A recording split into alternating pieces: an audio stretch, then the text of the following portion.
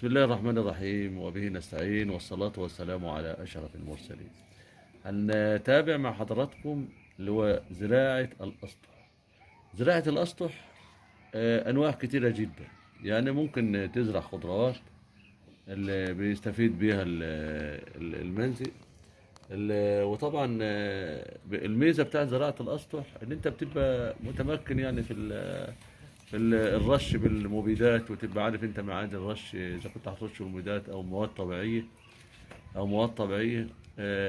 وده طبعا بيبقى ممتاز جدا بالنسبه للتغذيه على نباتات الخضار اللي انت زارعها في الاسطح، لان انت بتقاوم، اذا كان بتقاوم الحشرات بمواد طبيعيه، او في اضيق استخدام المبيدات في اضيق الحدود.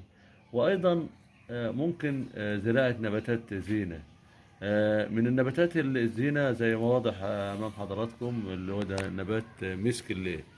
نبات مسك الليل ممكن زراعته بالعقله زي ما واضح قدام حضراتكم. النبات ده مزروع بالعقل، ودايما زراعات العقله بتتم في اشهر الشتاء، على اساس ان ده بيبقى انسب وقت لزراعه العقل عشان يكون نجاحها بنسبه كبيره. والنبات مسك الليل من النباتات الممتازه جدا في الاسطح، لانها بتدي الزهره ديت بتفتح بالليل، وبتؤدي الى رائحه ذكيه، رائحه ممتازه جدا، وعطر مناسب.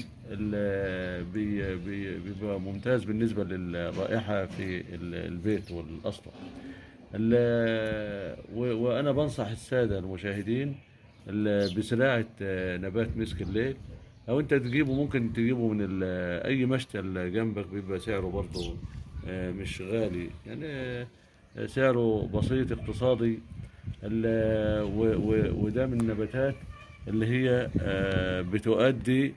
بسم الله الرحمن الرحيم. وهنتابع برضو مع حضراتكم كيفية نقل نبات مسك الليل من الكيس اللي هو الصغير اللي انت جايبه من المشتل للقصيص كبير، بحيث ان طبعا حضراتكم زي ما انتم عارفين ان الجذر واللي بيتناسب تناسب طردي مع المجموع الخضري. يعني طبعا لما احنا بنعمل مساحه كبيره للجذر بحيث ينمو فيه، ده بينعكس على النمو الخضري. ده زي ما هو واضح اهوت الشعيرات الجذريه واضحه من الكيس اللي احنا جايبينه من المشتل حضراتكم. دلوقتي احنا هيتم النقل من الكيس الى الصيص.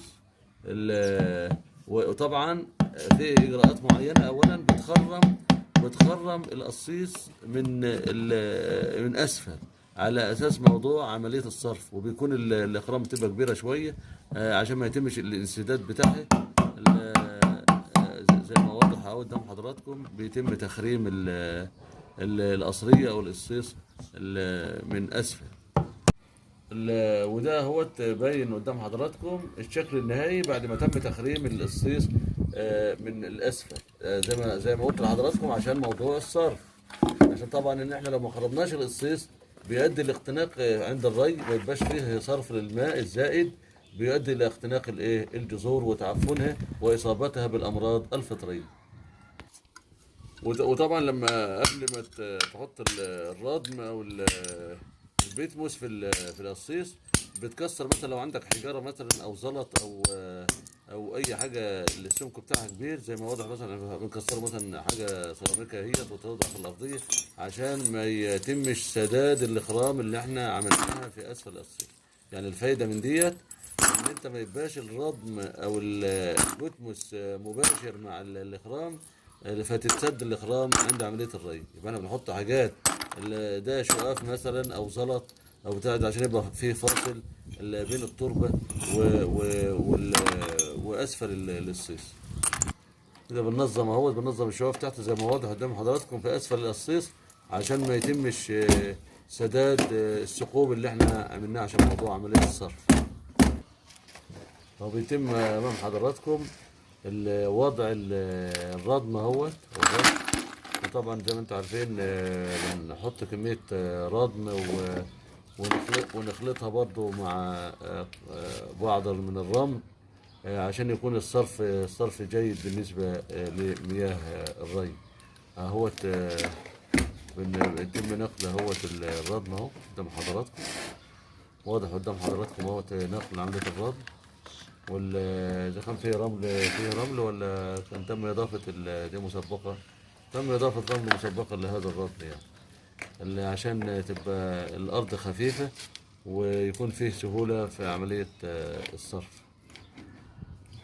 الآن بيتم نقل مسك الليل، نبات مسك الليل.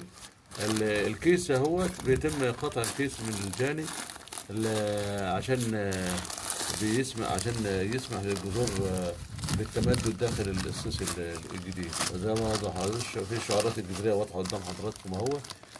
بيتم طبعا بنظام بسيط عشان ما يتمش قطع الشعارات الجذرية، او بيتم وضع في المنتصف بالظبط تقريبا، وبيتم إضافة الرش من حواليها عشان يتم عملية التثبيت. أهو زي ما واضح قدام حضرتك أهو، نحط الرش حوالين الزراعة اللي هو النبات المسك الليل عشان تتم عملية التثبيت. يبقى احنا وضعناه في منتصف الصوص بالظبط تقريبا، وبننقل الرش حواليه على أساس يتم عملية التثبيت زي ما واضح قدام حضراتكم.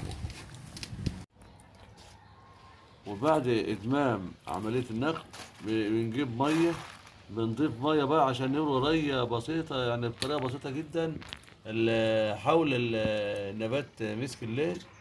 اهو زي ما واضح قدام احنا مهديين طبعا المية على اخرها برضه اهوت عشان يبقى يتم الري ببطء كده على الردم حوالين نبات مسك الليل زي ما واضح قدام حضراتكم. كمية بسيطة جدا. طبعا احنا طبعا بعد نقل التربة بيتم دكة خفيفة عشان تتم عملية التثبيت، ولكن ما بيتمش الضغط بكمية كبيرة برضه عشان ما نأثرش على الجذور على الشعيرات الجذرية. هو ما نحاولش نحط كمية مية كتيرة عشان الجذور بتاعت النبات ما يتمش التعفن بتاعها. وشكرا، ونرجو من سعادتكم دعمنا بشير ولايك والاشتراك في القناة، والسلام عليكم ورحمة الله